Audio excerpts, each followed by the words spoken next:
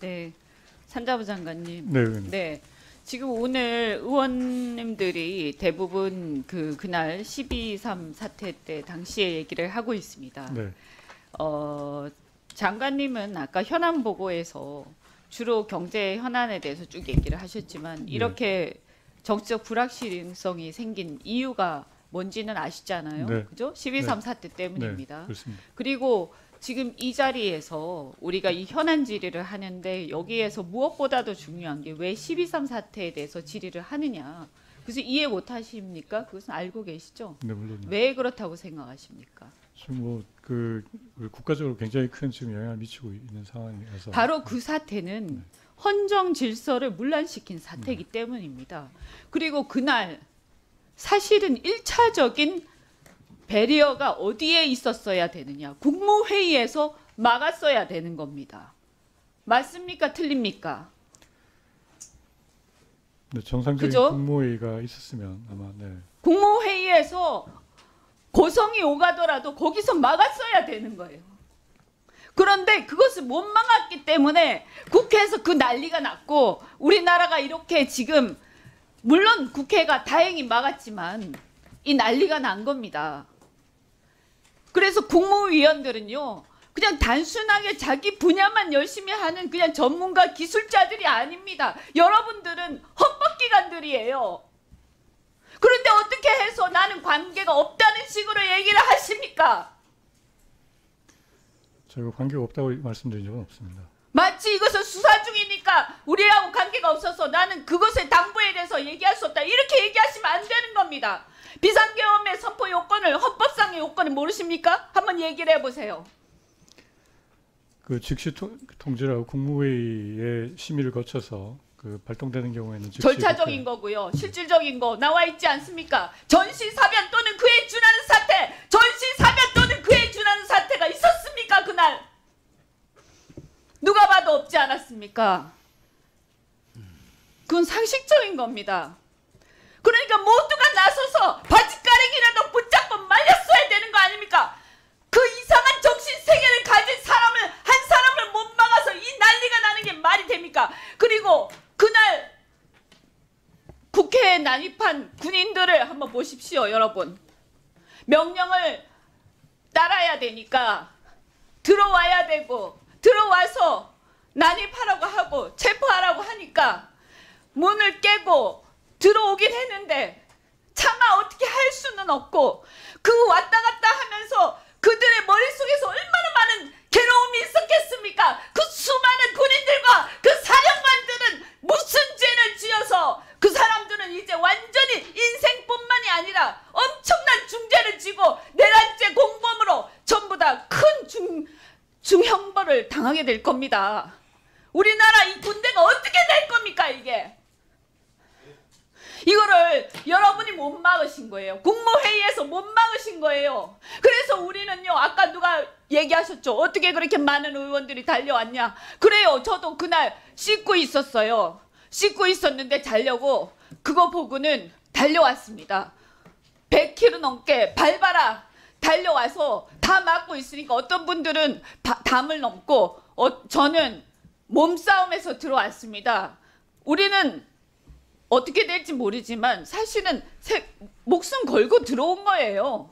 아니 우리가 못 막으면 어떻게 될지 모른다 하는 것 때문에요. 그런데 그렇게 함부로 얘기하시면 안 됩니다. 그래서 제가 말씀드리는데 이 문제는 여러분의 단순한 내란 공범 유무에 대한 형사 처벌 문제가 아니에요. 국무위원으로서 헌법기관의 일부로서 이 나라를 지켜야 하는 가장 1차적인 책임이었던 여러분이 뚫린 것에 대한 반성을 하셔야 된다는 겁니다. 제가 아까 질의하겠습니다. 그 체코 원전 관련해서 네. 우리 김정호 의원님께서 말씀하셨어요. 여러 가지 지적도 하셨고 전 뭐 존중합니다.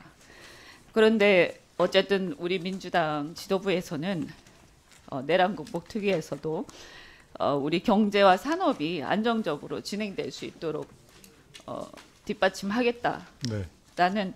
생각을 갖고 있고 그 입장을 이미 밝힌 바가 있습니다. 네. 그리고 우리 국내적으로 서로 어떤 논쟁이 있을 수 있지만 대외적으로 우린 뒷받침하겠다라고 명확하게 입장을 밝혔기 때문에 그래서 오늘 다시 제가 이 자리에서 밝혀드리고 그래서 바깥에 가서도 말씀하셔도 좋습니다. 감사합니다. 예, 그리고 다만 저는 대왕고래에 대해서 생각이 좀 다릅니다. 네. 그래서 우리가 합의한 바가 없고요, 국회에서. 그리고 이것은 우리가 진행해 오던 게 아닙니다. 새로운 거 아닙니까? 그래서 섣불리 진행 안 하시는 게 저는 맞다라는 생각이 들고 그다음 몇 가지만 좀 시간이 없으니까 제가 좀 챙기겠습니다. 지금 이 와중에 그냥 막 넘어간 게 있어요. 그 기업들 임시투자 세액공제 이렇게 네. 얘기하고 있다가 진행 못한 거 있지 않습니까? 네.